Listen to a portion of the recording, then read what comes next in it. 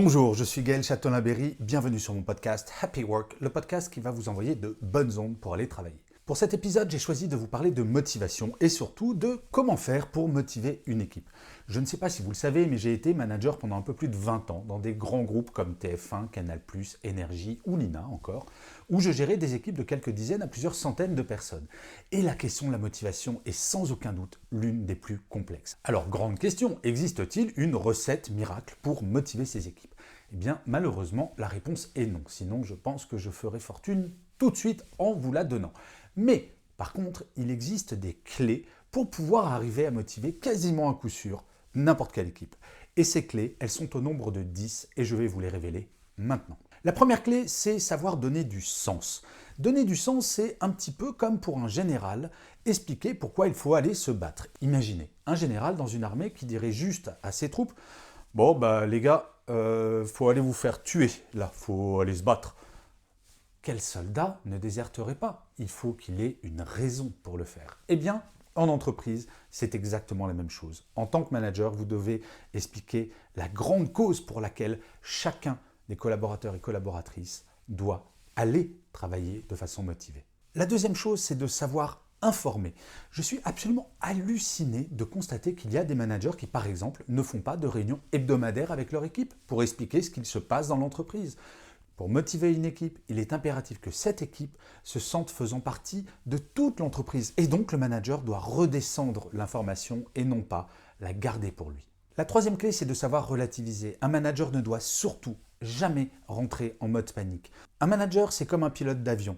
Imaginez, vous êtes dans un avion et le pilote, à un moment, prend le micro et dit « Écoutez, il y a des turbulences, je pense qu'on va tous mourir, je ne sais pas comment piloter. » Vous-même, en tant que passager, entendant ça, vous seriez en panique totale, et c'est bien normal. Eh bien, en management, il en va de même. Un manager doit toujours expliquer la situation de façon sereine et surtout montrer qu'il a des solutions pour rassurer l'équipe, pour que l'équipe ne rentre pas en mode panique. La quatrième clé, c'est de protéger. Et oui, une équipe parfois peut se sentir en danger, elle peut se sentir fragilisée et le manager est là toujours pour défendre son équipe. Si l'équipe fait une erreur, c'est au manager de l'assumer et de défendre son équipe et de dire à sa propre hiérarchie « Oui, je suis responsable de l'erreur ». La cinquième clé, c'est d'assumer.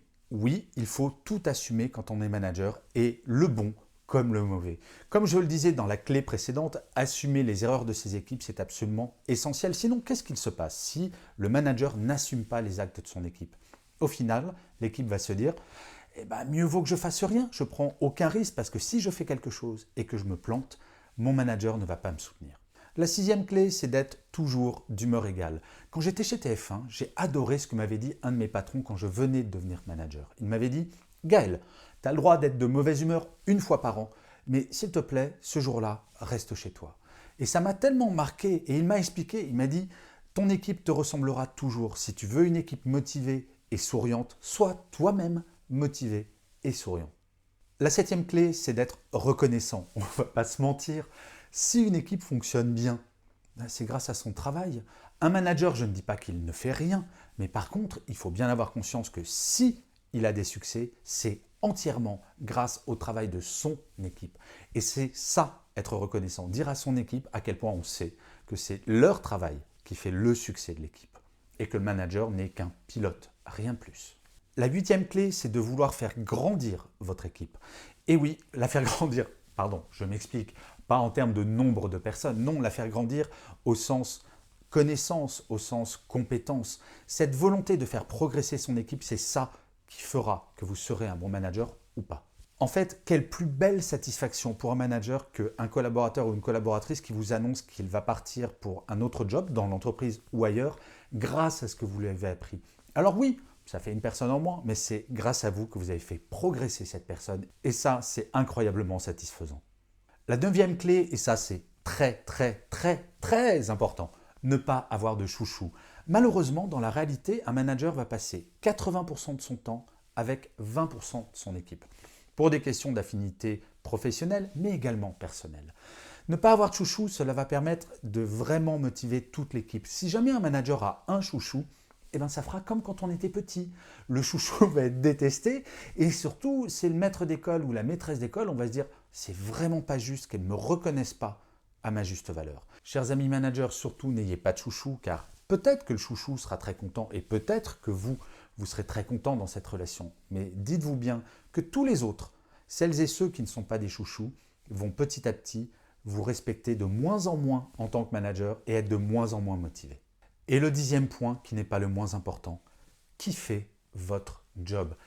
Être manager, c'est dur. Bien sûr que c'est difficile, mais il faut aimer ça. Moi, ce que j'ai adoré dans mon métier de manager, c'est justement qu'il faut gérer des difficultés, que manager une équipe, ce n'est pas simple.